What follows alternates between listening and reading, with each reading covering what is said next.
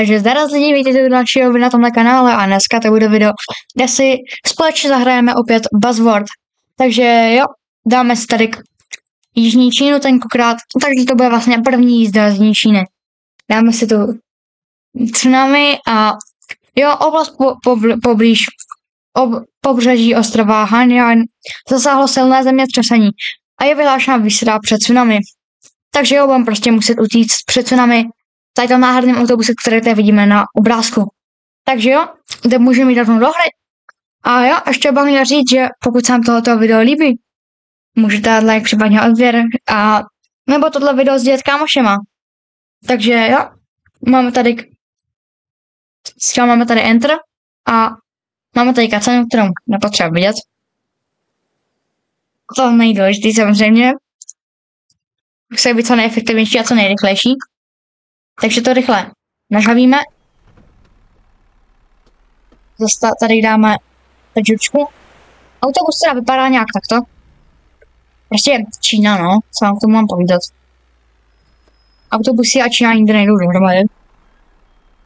Takže naložíme tady lidi. Jdeme teda do přístavu na Rostectví. Doufám, že to teda stihneme, jelikož za chvilku to vybuchne. Takže musíme být co nejefektivnější a co nejrychleji jet. Máme teda 200 bodů a jedeme jenom 3 zastávky, což chápu, jelikož my tady budeme muset jet co nejrychleji, takže to tu trošku rozjedem. Takže jo, no, tady jsou docela pěkné auta, musím dát tady nějaký BMWčka, co tu mají, protože tak za 5 sekund to všechno zavalí voda. Naberám tady další lidi, u kterých jsem zavřel dveře, nejšikovnější člověk, nevadí. OK. Máme teda tady máme další 40 pointů, což se velmi hodí. Ale tam dělají nám čas. Takže tady je další zastávka. Tady jsem nastoupil velmi dobře, že vlastně nemůžu jít dovnitř. A ty nám to popojíždí dozadu. Takže možná... Aha, dobré, no tak máme plný autobus, nevadí. Ale to bude tam nějak zmáčil samozřejmě. Tady je plný, ale tam vidím ještě nějaký zastávky. Tyto zastávky. Jaké sedačky. Evidentně, i když máme autobus plný, tak se tam lidi vešli. Což se docela vidím, ale klidně bych to někoho nechal. Teda co? No i máme 840 pointů a jdeme na poslední zastávku, hele tuk. Tady jsou vlny čím dál větší a to stihneme, jelikož peláším o 106, ale a ty vlny nás možná smetou. Jo, možná určitě.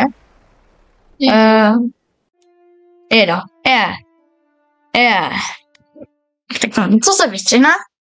OK, každopádně znovu přeskočíme cutscenu, ta je zbytečná. Znovu má smetla voda, jelikož protože ten autobus je pomalý, to není samozřejmě vina moje, že jsem tam nakládal všechny ty lidi, když mi to psali, že ten autobus je plný. Prostě se musíme smířit s tím, že tam pár lidí příště necháme, ale to až poté, co bude autobus, až na to napíše, že je autobus plný, tak budeme muset jet. Protože jinak nám asi jinak evidentně to nestihneme, což jako by teď jste mohli vidět. No nic. Jedem teda. Máme 200 pointů, což znovu opět máme 200 pointů. OK. Jdem teda někde v Číně, takže... Hele, znovu tuk. Jdem opět v Číně, takže další zastávka. A také máme tady hezké 2 bílé auta. To velmi sedí. Tím, že jsme nedojeli, možná to bude taky kvůli tomu, že jsem minule netrefil zastávku. Ale snad ji tentokrát trefím. To by mohlo být dobrý. Znám tuk tady, co jak jezdí, to je úplně nádherné auto. Černý auto. Já jsem pomalu začal troubit. Tak to jsem zastavil velmi dobře. Jo, měl ručku. Možná by to chtěl dát ručku. Jakož mají jinak lidi evidentně neumí nastupovat za jízdy. A možná bych to už rovnou jel. Až nám to začne psát, že auto splní, takže teď jedem. Bohužel tady ty lidi docela hodně GG, ale nevadí, no. Napsal to autobus je plný, takže jedem, no. No to tentokrát stihne, protože pokud ne, tak už nevím, co dělám blbě. Rychle to tu pelášíme. Začneme si dveře a jdeme tu voda hezky natače. Musíme to rychle tady... A jsem taky dobrý. Je. Dobrý, ještě držíme. Bude říct, jestli prostě se jde úrovni kašle to na to, takže bych úplně nepovažoval tohle za nejlepší výkon. Naštěstí jsme přežili, ale teď musíme rychle dostat rovnou achievement.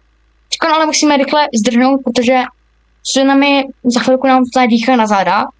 Protože teď podle mě jsme se hodně zpomalili, takže za chvilku asi, no už jede, musíme rychle tady, nebo koukáme dozadu. Víte jak? Jde za náma tsunami, ale Borka to je v na mobilu. Já si koupám nový iPhone 15, tak se na něj musí podívat. Musí vykoukat, co všechno ten iPhone 15 Pro, nebo co to je. Co všechno má ten iPhone 15. No je to, dáme se zapl blinker, samozřejmě to, nevím, či se to stalo. No je to jsou takový serpentin, takže kdo má tady problémy tak si radši s serpentinmanama a s blitím, tak se radši přeste pětlík na blití, protože se bude hodit. Tady tu kolizi jsem o tom samozřejmě nikdo neviděl, ty 200 bodů se nem strhlo, protože jsem asi neudělal už maturitu, nebo nevím.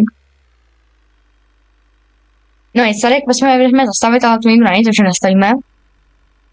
Je tu teda pár serpentín na mapě, takže už asi tak, no další autobus, nevím proč jde dolů, když tam je tsunami, ale to je problém jeho, ne můj. Já se zachráním na rozdíl od něj. Další auto. Tady máme takovou pěknou skálu, takový mramor mi to přijde. OK, no. Máme být za podle mých skvělých výpočtů za 6 minut na zastávce další, která je rozcestu zastávka. A to je finální zastávka vlastně v této basy.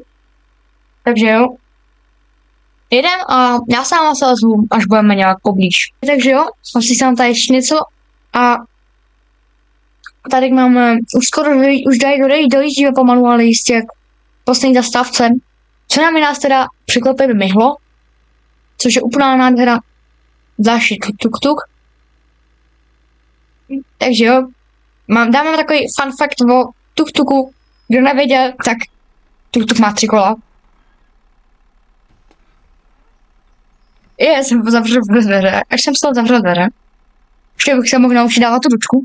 A dobrý, splnili jsme, dokonce úspěšně si dokončili scénář. Takže jo, jdeme na mapu směrem a jo, podíváme se tady. Konečně máme zatím nádherných 317 bodů. Posunuli jsme se aspoň někam. Takže jo, dokončili jsme tady další mise z Jižní Číny.